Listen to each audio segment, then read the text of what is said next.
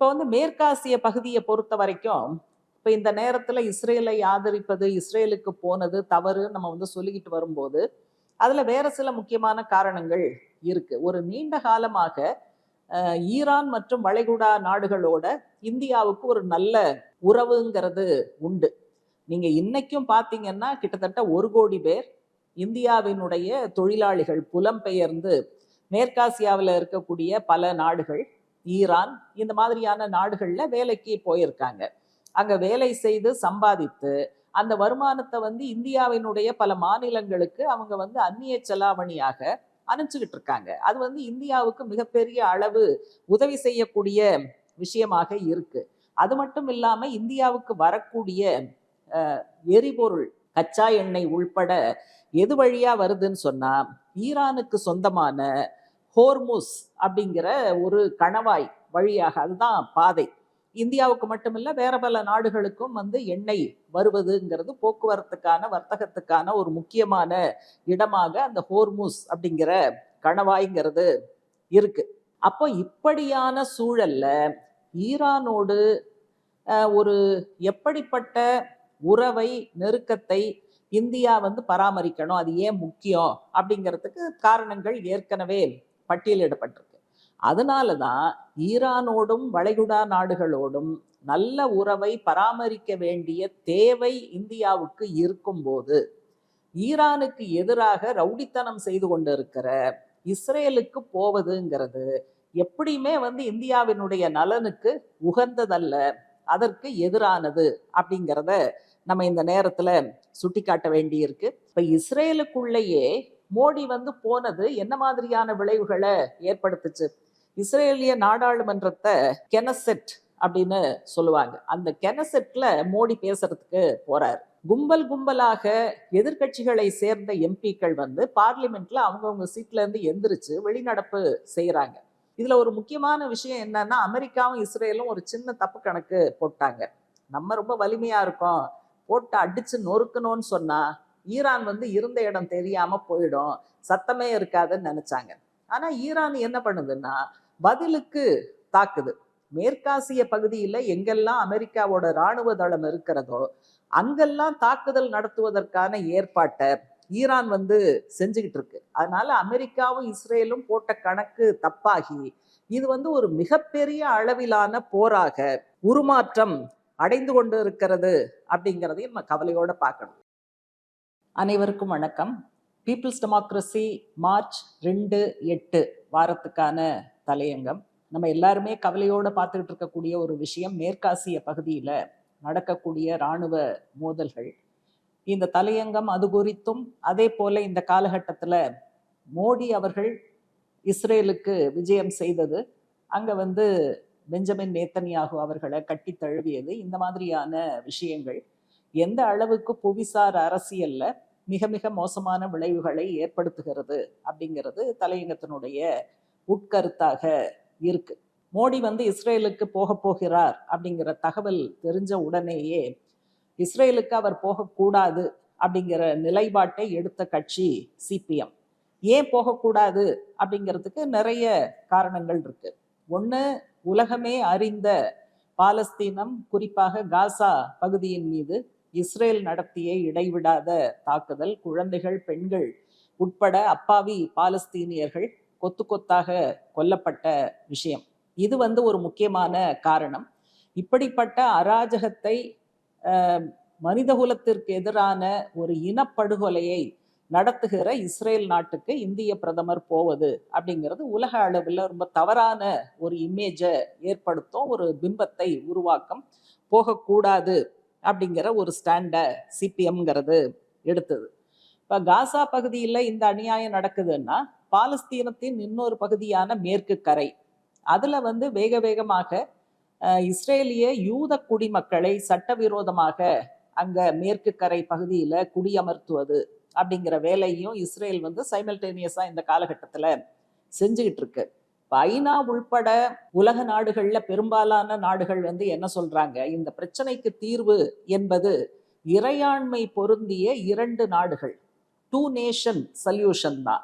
அப்போ இறையாண்மை பொருந்திய பாலஸ்தீனம், இறையாண்மை பொருந்திய இஸ்ரேல். 2 தனித்தனி நாடுகள். ஆகவே பாலஸ்தீனம் ஒரு தனி நாடு, அதற்கு இறையாண்மை இருக்கிறது என்பதை இஸ்ரேலும் அங்கீகரிக்க வேண்டும். இதுதான் இந்த பிரச்சனைக்கான தீர்வாக இருக்க முடியும் அப்படிங்கிறது நீண்ட காலத்துக்கு முன்னாலேயே ஐநா சபை எடுத்திருக்கக்கூடிய முடிவு. பல உலக நாடுகளும் அதை ஆதரிக்கிறார்கள். இப்ப நீங்க ஒரு பக்கம் காசாவை அழிச்சிட்டு இன்னொரு பக்கம் மேற்கு கரையில சட்டவிரோத குடியிருப்புகளை வச்சு நீங்க ஃபில்லப் பண்ணீங்கன்னா, அப்போ பாலஸ்தீனம் இறையாண்மை பொருந்திய நாடாக ஏற்றுக்கொள்ளப்படுவது, அங்கீகரிக்கப்படுவதுங்கிறது நடப்பதற்கு வழியே கிடையாது. இப்ப அந்த மாதிரி ஒரு செக் வைக்கிற ரவுடித்தனமான செயலை இஸ்ரேல் செய்து கொண்டு இருக்கிறது. அதே போல போர் நிறுத்தம் அப்படிங்கிறது நடந்தது. அப்பவே கூட சிபிஎம்மோட அறிக்கை என்னவாக இருந்ததுன்னா, இந்த போர் நிறுத்தத்தை இவங்க ஒன்றும் கடைபிடிக்க போவது கிடையாது, இருந்தாலும் ஒரு சில நாட்கள் பாலஸ்தீன மக்கள் கொல்லப்படாமல் ஒரு நிம்மதியாக பெருமூச்சு விடுவதற்கான ஒரு சின்ன ஸ்பேஸை இந்த போர் நிறுத்த ஒப்பந்தம் கொடுத்தால் அதுவே பெரிய விஷயம் அப்படிங்கிறதா நம்ம இன்னைக்கு சொன்னோம். ஆனா போர் நிறுத்தம் அறிவித்த பிறகும் கூட அங்கு காசாவில் பாலஸ்தீன மக்கள் கொல்லப்படுவது தொடர்கதையாக இருந்தது அப்படிங்கிறது உலக அளவுல செய்திகளாக வந்துகிட்டு இருக்கு. இதுக்கு நடுவில் அங்க நான் அமைதியை கொண்டு வரேன், சமாதானத்தை கொண்டு வரேன் அப்படின்னு சொல்லிட்டு அமெரிக்கா ஒரு முயற்சி எடுத்து Donald Trump board of peace அப்படின்னு அமைதிக்கான ஒரு மேடையை உருவாக்கினார். நீங்க போரே வேலையா இருக்கிற ட்ரம்ப் இந்த அமைதிக்கான மேடையினுடைய தலைவர். இன்னொருத்தர் யாரு இதுக்குள்ள அப்படின்னா டோனி பிளேர்.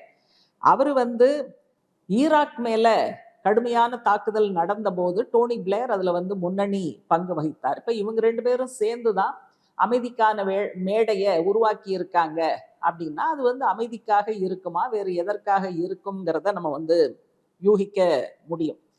இப்ப மேற்காசிய பகுதியை பொறுத்த வரைக்கும் இப்ப இந்த நேரத்துல இஸ்ரேலை ஆதரிப்பது, இஸ்ரேலுக்கு போனது தவறு நம்ம சொல்லிக்கிட்டு வரும்போது அதுல வேற சில முக்கியமான காரணங்கள் இருக்கு. ஒரு நீண்ட காலமாக ஈரான் மற்றும் வளைகுடா நாடுகளோட இந்தியாவுக்கு ஒரு நல்ல உறவுங்கிறது உண்டு. நீங்க இன்னைக்கும் பாத்தீங்கன்னா கிட்டத்தட்ட 1 கோடி பேர் இந்தியாவினுடைய தொழிலாளிகள் புலம்பெயர்ந்து மேற்காசியாவில் இருக்கக்கூடிய பல நாடுகள், ஈரான் இந்த மாதிரியான நாடுகள்ல வேலைக்கு போயிருக்காங்க. அங்க வேலை செய்து சம்பாதித்து அந்த வருமானத்தை இந்தியாவினுடைய பல மாநிலங்களுக்கு அவங்க அந்நிய செலாவணியாக அனுப்பிச்சுக்கிட்டு இருக்காங்க. அது இந்தியாவுக்கு மிகப்பெரிய அளவு உதவி செய்யக்கூடிய விஷயமாக இருக்கு. அது மட்டும் இல்லாம இந்தியாவுக்கு வரக்கூடிய எரிபொருள், கச்சா எண்ணெய் உள்பட எது வழியா வருதுன்னு சொன்னா ஈரானுக்கு சொந்தமான ஹோர்முஸ் அப்படிங்கிற ஒரு கணவாய் வழியாக, அதுதான் பாதை. இந்தியாவுக்கு மட்டுமில்ல வேற பல நாடுகளுக்கும் எண்ணெய் வருவதுங்கிறது போக்குவரத்துக்கான, வர்த்தகத்துக்கான ஒரு முக்கியமான இடமாக அந்த ஹோர்முஸ் அப்படிங்கிற கணவாய்ங்கிறது இருக்கு. அப்போ இப்படியான சூழல்ல ஈரானோடு ஒரு எப்படிப்பட்ட உறவை, நெருக்கத்தை இந்தியா பராமரிக்கணும், அது ஏன் முக்கியம் அப்படிங்கிறதுக்கு காரணங்கள் ஏற்கனவே பட்டியலிடப்பட்டிருக்கு. அதனாலதான் ஈரானோடும் வளைகுடா நாடுகளோடும் நல்ல உறவை பராமரிக்க வேண்டிய தேவை இந்தியாவுக்கு இருக்கும்போது ஈரானுக்கு எதிராக ரவுடித்தனம் செய்து கொண்டு இருக்கிற இஸ்ரேலுக்கு போவதுங்கிறது எப்படியுமே இந்தியாவினுடைய நலனுக்கு உகந்ததல்ல, அதற்கு எதிரானது அப்படிங்கிறத நம்ம இந்த நேரத்துல சுட்டிக்காட்ட வேண்டியிருக்கு. அமெரிக்காவும் இஸ்ரேலும் மேற்காசிய பகுதியில பண்ணக்கூடிய எல்லா அராஜகங்களையும் தட்டி கேட்கிற, ஓரளவுக்கு எதிர்த்து நிற்கிற பிரதான நாடாக ஈரான் இருக்கு அப்படிங்கிறத பார்க்க வேண்டியிருக்கு. இப்ப இஸ்ரேலுக்கு இவர் ஏன் போனாரு அப்படின்னா பல காரணங்கள். அதுல ஒரு காரணம் என்னன்னா, ஹிட்லர் காலத்துல யூதர்கள் குவியல் குவியலாக விஷவாயு செலுத்தி கொல்லப்பட்ட அந்த ஹோலோகாஸ்ட், அந்த விஷயத்தை நினைவுபடுத்தி கொள்வதற்காக, நினைவு கூறுவதற்காக நாங்க போனோம் அப்படின்னு சொல்லி மோடி தரப்பு சொல்லுது. யூதர்கள் அந்த காலகட்டத்துல கொல்லப்பட்டதுங்கிறது மனித குலத்துல யாருமே ஏற்றுக்கொள்ள முடியாதது. அதுக்கு மரியாதை செலுத்துவதுங்கிறது தப்பு கிடையாது. ஆனா அதே சமயம் இப்படி செய்கிற இஸ்ரேல், ஒரு கட்டத்துல பாதிக்கப்பட்ட யூதர்கள் நிறைந்த இஸ்ரேல் இன்னைக்கு காசாவில் ஆயிரக்கணக்கான மக்களை பழி வாங்கி கொண்டு இருக்கிறது. அங்க போறீங்க, ஆனா காசாவுல இஸ்ரேல் நடத்துகிற இந்த அராஜகத்தை மோடி ஆட்சி தட்டி கேட்பது கிடையாது, மோடி எதிர்த்து பேசுவது கிடையாது, வாய் மூடி மௌனமாக இருக்கிறார். அப்படின்னா இதை நம்ம எப்படி புரிஞ்சுக்க முடியும்? இதுல என்ன நியாயம் இருக்க முடியும் அப்படிங்கிறது அடுத்த முக்கியமான கேள்வி. அடுத்து நீங்க நேத்தன்யாகு இப்ப எப்படி இருக்காருன்னு சொன்னா, உலக அளவுலையும் பயங்கரமான கெட்ட பேர். ஏன்னா அவர் நடத்துகிற இந்த தாக்குதலுக்காக இஸ்ரேலுக்குள்ளேயும் பயங்கரமான கெட்ட பேரு, ஊழல் உட்பட நூற்றுக்கணக்கான புகார்கள், அதிருப்திகள் பெஞ்சமின் நேத்தன்யாகுவோட அரசாங்கத்தின் மீது இருக்கு. அதனால அவர் எங்கேயாவது தன் மீது நம்பிக்கையை வரவழைக்க, தன்னை அங்கீகரிக்க ஏதாவது ஏற்பாடு பண்ண முடியுமா என்று அலைந்து கொண்டு இருக்கிற சூழல்ல அப்படிப்பட்ட மோசமான கொள்கையை பின்பற்றுகிற ஒரு நபரை கட்டி தழுவுவது, தோள்மேல் கை போடுவது, இதற்காக இந்திய பிரதமர் போவது அப்படிங்கிறது புவிசார் அரசியல்ல இந்தியாவுக்கு எதிரான அல்லது இந்தியாவின் செல்வாக்கை பாதிக்கக்கூடிய ஒரு விஷயமாக இருக்கும்ங்கிறத பார்க்கணும். இப்ப இஸ்ரேலுக்குள்ளேயே மோடி போனது என்ன மாதிரியான விளைவுகளை ஏற்படுத்துச்சு? இஸ்ரேலிய நாடாளுமன்றத்தை கெனசெட் அப்படின்னு சொல்லுவாங்க. அந்த கெனசெட்ல மோடி பேசுறதுக்கு போறாரு. கும்பல் கும்பலாக எதிர்கட்சிகளை சேர்ந்த எம்பிக்கள் பார்லிமெண்ட்ல அவங்கவுங்க சீட்ல இருந்து எந்திரிச்சு வெளிநடப்பு செய்யறாங்க. யாரோ கூட ஃபேஸ்புக்ல போட்டிருந்தாங்க, அது மோடி பேசும்போது இல்லை, அந்த நாடாளுமன்றத்தினுடைய ஸ்பீக்கர் பேசும்போது அப்படின்னு. மோடி அடுத்தது பேச போறாருன்னு எல்லாருக்கும் தெரியும்ல. ஸ்பீக்கர் பேசும்போதும் வெளிநடப்பு, அதுக்கு பிறகு அவங்க உள்ள வரவே இல்லை. அடுத்தது நேத்தன்யாகு பேசுறாரு, அப்பவும் எதிர்கட்சி எம்பிக்கள் இல்லை. அடுத்தது மோடி பேசுறாரு, அப்பவும் எதிர்கட்சி எம்பிக்கள் இல்லை. ஸ்பீக்கருக்கு எதிராக தான் அவங்க வெளிநடப்பு பண்ணாங்கன்னா ஸ்பீக்கர் பேசி முடிச்சோன்னா உள்ள வந்திருக்க வேண்டியது தானே. நேத்தன்யாகுவுக்கு எதிராகத்தான் வெளிநடப்பு பண்ணாங்கன்னா நேத்தன்யாகு பேசி முடிச்ச பிறகு உள்ள வந்திருக்க வேண்டியது தானே. அதனால இது ஒட்டுமொத்தமாக அந்த அவை தலைவர் பெஞ்சமின் நேத்தன்யாகு, அதே போல இந்திய பிரதமர் மோடி அவருடைய உரைகளை கேட்க விருப்பம் இல்லாமல் ஒரு எதிர்ப்பை பதிவு செய்வதுங்கிற முறையில தான் அந்த கெனசெட் என்று சொல்லக்கூடிய இஸ்ரேலிய நாடாளுமன்றத்துல எதிர்கட்சி எம்பிக்கள்லாம் வெளிநடப்பு செய்திருக்கிறார்கள். இதுக்கு நடுவுல நேத்தன்யாகு பேசும்போது ஒரு 6 நாடுகளுடைய நட்பு அப்படிங்கிறது ஒரு அணியாக இருக்கணும், இந்த 6 நாடுகளுடைய மையமாக அமெரிக்காவும் இந்தியாவும் தான் இருக்கும் அப்படின்னு சொல்றாரு. அப்ப என்னன்னா இதெல்லாம் ஆயுதங்கள் சம்பந்தப்பட்ட, பாதுகாப்பு தளவாடங்கள் சம்பந்தப்பட்ட ஒப்பந்தங்கள் அப்படிங்கிறதெல்லாம் நேத்தன்யாகு சொல்லக்கூடிய இந்த சில வரிகளுக்குள்ள அடங்கி இருக்கு. அதனால மோடி போனது ஏதோ இந்தியாவினுடைய பாதுகாப்பு துறையை வலுப்படுத்த அல்லது கேந்திரமான ஒரு இந்தியாவின் நலனை பாதுகாக்க என்பதாக நம்ம நிச்சயமாக பார்க்க முடியாது. இவருடைய தலைமையில இந்தியாவின் அயல்துறை கொள்கை என்பது அமெரிக்காவுக்கும் இஸ்ரேலுக்கும் சாதகமாக சாய்மானமாக இருக்குங்கிறது தான் இது பிரதிபலிக்குது அப்படிங்கிறத நம்ம கவலையோட பார்க்கணும். இந்த மேற்காசிய பகுதியில் நடக்கக்கூடிய இந்த இராணுவ மோதல்கள், போர், இதை பொறுத்த வரைக்கும் என்ன சொல்ல வேண்டி இருக்குன்னா, அமெரிக்காவும் இஸ்ரேலும் தாக்குது, அதுக்கு ஈரான் பதிலடி கொடுக்குது.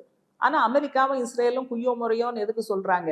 ஈரான் கோழைத்தனம், அவங்க எங்களை தாக்குறாங்கன்னு. முதல்ல தாக்கினது நீங்க 2 பேரும், அதை பத்தி நீங்க சொல்றதுக்கு ஒத்துக்க மாட்டேங்கிறீங்க, அதை வெளிப்படுத்துறதுக்கு நீங்க ஏத்துக்க மாட்டேங்கிறீங்க. ஆனா அவங்க பதிலடி கொடுத்தா அதை ஒரு பெரிய பிரச்சனையா நீங்க சொல்றீங்க. ரஷ்ய புரட்சியை தலைமை தாங்கி நடத்திய தோழர் லெனின் அவர் உயிரோட இல்லை, ஆனா அவர் சொன்ன பல கருத்துக்கள் இன்னைக்கும் உயிரோட இருக்கு.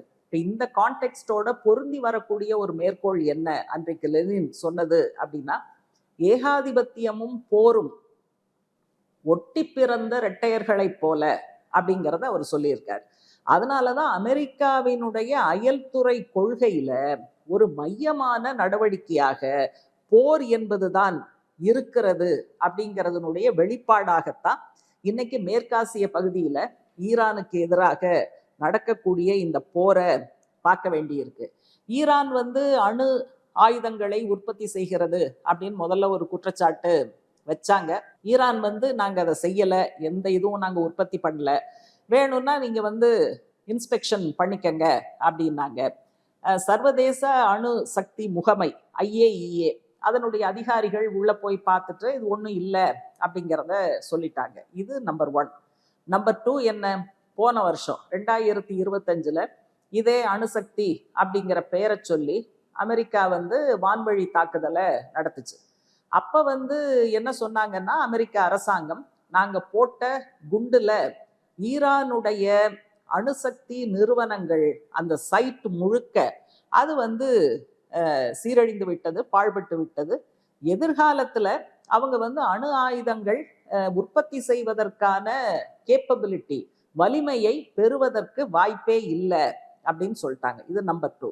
நம்பர் 3, ஓமன் நாட்டோட மீடியேஷன் முயற்சியில அமெரிக்காவும் ஈரானும் இது சம்பந்தமாக பேசிக்கொண்டு இருக்கிறார்கள். இதுக்கு நடுவுல தான் இஸ்ரேலும் அமெரிக்காவும் இந்த தாக்குதலை நடத்தியிருக்காங்க. அப்ப எதுக்கு இந்த மீடியேஷன், எதுக்கு இந்த பேச்சுவார்த்தை அப்படின்னா, பிரச்சனையை தீர்ப்பதற்காக அல்ல, இந்த பேச்சுவார்த்தை கொடுக்கிற நேரத்தை, வாய்ப்பை பயன்படுத்தி ஈரான் மீது தாக்குதல் தொடுப்பதற்கு எல்லா விதமான முன் தயாரிப்புகளையும் செய்து கொள்வதற்கு தான் அமெரிக்காவும் இஸ்ரேலும் இதை வந்து பயன்படுத்தி இருக்காங்க அப்படிங்கிறத பார்க்கணும். இப்ப இது முழுக்க நடந்துகிட்டே இருக்கு, இது எல்லாருக்கும் தெரியும். இதுக்கு நடுவுல தான் மோடி வந்து இஸ்ரேலுக்கு போறாரு. அப்போ இஸ்ரேலும் அமெரிக்காவும் இந்த முன் தயாரிப்புகளை செஞ்சுக்கிட்டு இருக்காங்க. அடுத்தது ஒரு யுத்தம் வரும், போர் வரும் அப்படிங்கிறதெல்லாம் தெரியாமலா ஒரு இவ்வளோ பெரிய நாட்டினுடைய பிரதமர் அங்க போவாரு? அப்ப இதெல்லாம் தெரிஞ்சுதான் போறாரு. அவர் போயிட்டு வந்து 48 மணி நேரத்துல இப்படிப்பட்ட கடுமையான வான்வழி தாக்குதல்ங்கிறது நடக்குது. இதுல ஒரு முக்கியமான விஷயம் என்னன்னா, அமெரிக்காவும் இஸ்ரேலும் ஒரு சின்ன தப்பு கணக்கு போட்டாங்க. நம்ம ரொம்ப வலிமையா இருக்கோம், போட்டு அடிச்சு நொறுக்கணும்னு சொன்னா ஈரான் வந்து இருந்த இடம் தெரியாம போயிடும், சத்தமே இருக்காதுன்னு நினைச்சாங்க. ஆனா ஈரான் என்ன பண்ணுதுன்னா, பதிலுக்கு தாக்குது. மேற்காசிய பகுதியில எங்கெல்லாம் அமெரிக்காவோட இராணுவ தளம் இருக்கிறதோ அங்கெல்லாம் தாக்குதல் நடத்துவதற்கான ஏற்பாட்டை ஈரான் வந்து செஞ்சுக்கிட்டு இருக்கு. அதனால அமெரிக்காவும் இஸ்ரேலும் போட்ட கணக்கு தப்பாகி இது வந்து ஒரு மிகப்பெரிய அளவிலான போராக உருமாற்றம் அடைந்து கொண்டு இருக்கிறது அப்படிங்கிறதையும் நம்ம கவலையோட பார்க்கணும். இன்னொன்னு, இது ரெண்டையும் சமப்படுத்த முடியாது. ஏன் சமப்படுத்த முடியாதுங்கிறதுக்கு பல காரணங்கள் இருக்கு. ஒரு முக்கியமான காரணம், ஒரு ஆக்கிரமிப்புக்காக, ஏகாதிபத்தியத்தை எதிர்க்கிறது என்பதற்காக இவங்க ஈரான் மேல தொடுக்கிற போர் அப்படிங்கிறது வேற. பதிலுக்கு தன்னை தற்காத்து கொள்வதற்காக, குறிப்பாக ஈரானுடைய சுப்ரீம் லீடர் என்று சொல்லக்கூடிய அலி கமேனி அவர் வந்து கொல்லப்பட்ட பிறகு தன்னுடைய எக்ஸிஸ்டன்ஸ், தன்னுடைய சர்வைவலுக்காக இருக்க வேண்டும் என்பதற்காக ஈரான் திரும்ப கொடுக்கிற பதிலடி அப்படிங்கிறது கம்ப்ளீட்டா வேற. இரண்டையும் நிச்சயமாக நம்ம வந்து சமப்படுத்த முடியாது. அதனால இந்த காலகட்டத்துல இஸ்ரேலுக்கு போவதும், இஸ்ரேலிய பிரதமரோடு கொஞ்சி குலாவுவதும், இந்தியாவினுடைய அயல்துறை கொள்கையை இந்திய நலனுக்காக அல்லாமல் அமெரிக்காவோடு இருக்கிற கேந்திர உறவுக்காக, அமெரிக்க இஸ்ரேலுக்கு சாய்மானமாக இந்த அயல்துறை கொள்கையை மாற்றுவதும் பல சிக்கல்களை ஏற்படுத்துது. உடனடியாவே கண்ணு முன்னால ஒரு சிக்கல் வந்துருச்சு. எந்த கணவாய் வழியாக ஃபியூவல் சப்ளை எல்லாம் வந்ததோ அந்த ஹோர்முஸ் அப்படிங்கிற கணவாயை ஈரான் க்ளோஸ் பண்ணிட்டாங்க. சீனா அவங்களுக்கு உதவி செய்கிறதுங்கிற அடிப்படையில சீன கப்பல்கள் வந்தா மட்டும்தான் நாங்க அனுமதிப்போம், மற்றபடி நாங்க அனுமதிக்க மாட்டோம்ட்டாங்க. அது வந்து க்ளோஸ் ஆச்சுன்னு சொன்னா இந்தியா மட்டுமல்ல பல உலக நாடுகளுக்கு வரவேண்டிய ஃபியூவல் சப்ளை அப்படிங்கிறது பெரிய அளவுல பாதிக்கப்படுது. அதனால உடனடியாக கச்சா எண்ணெய் உள்ளிட்ட பெட்ரோலிய பொருட்களுடைய விலை அபரிமிதமாக உயரக்கூடிய ஆபத்து இருக்கு. இப்ப சமீபத்துல இந்தியாவினுடைய பாதுகாப்புத்துறை அமைச்சர் ராஜ்நாத் சிங் வந்து பயங்கர அபாய சங்க அவர் வந்து ஊதி இருக்கிறார். ஐயோ அங்க க்ளோஸ் பண்ணிட்டாங்க, நமக்கு வர வேண்டிய எண்ணெய் எல்லாம் வராது, இது பெரிய சிக்கலை ஏற்படுத்தும். அங்க போறதுக்கு முன்னால இதெல்லாம் யோசிச்சிருக்கணும்ல. இவ்வளவு பிரச்சனைகள் இருக்கும் போது இஸ்ரேலோடு, இஸ்ரேல் என்னுடைய தந்தை நாடு அப்படின்லாம் வசனம் பேசுறதுக்கு முன்னால இதை யோசிச்சிருக்கணும். அதனால இந்த மாதிரியான போர் என்று வரும்போது நம்ம எதிர்பார்ப்பதை விட மிக அதிகமான விளைவுகள் அப்படிங்கிறது பல பல நாடுகள் மேல வரும். அதனால அயல்துறை கொள்கைங்கிறது சாதாரணமானது கிடையாது. கடந்த கால அயல்துறை கொள்கையில, இந்தியாவினுடைய அயல்துறை கொள்கையில தவறான விஷயங்கள் பல இருந்தாலும் அடிப்படையில ஏகாதிபத்திய எதிர்ப்புங்கிற ஒரு அம்சம் இருந்தது, அணிசேரா அம்சம்ங்கிறது இருந்தது. இப்ப அதை பூரா கடாசிட்டு ஒருதலை பட்சமான அமெரிக்காவுக்கு சாய்மானமான கொள்கைனா உலக அளவுல இப்படியான பல பாதிப்புகளை இந்தியா ஏற்க வேண்டி வரும். இந்தியா ஏற்பதுன்னு சொன்னா அது இந்திய மக்களின் தலையில் சுமத்தப்படுகிற சுமையாகத்தான் இருக்கும். அதனால ஒரு பக்கம் மோடிய நாம விமர்சனம் செய்கிற இதே நேரத்துல அமெரிக்கா இஸ்ரேல் தன்னுடைய போர் வெறியை நிறுத்த வேண்டும், போர் நிறுத்தப்பட வேண்டும் அப்படிங்கிற அந்த முழக்கத்தை உறுதியாக மக்கள் முன்வைக்க வேண்டிய அவசியம் இருக்கிறது என்பதுதான் தலையங்கத்தினுடைய சாராம்சம்.